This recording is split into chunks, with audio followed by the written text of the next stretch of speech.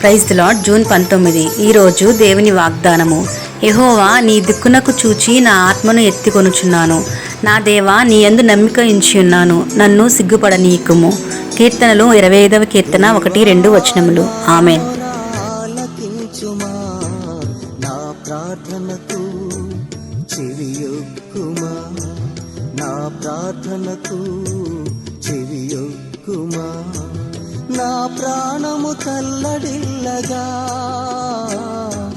భూదిగంతముల నుండి మొరపెట్టుచున్నాను. నా ప్రాణము తల్లడిల్లగా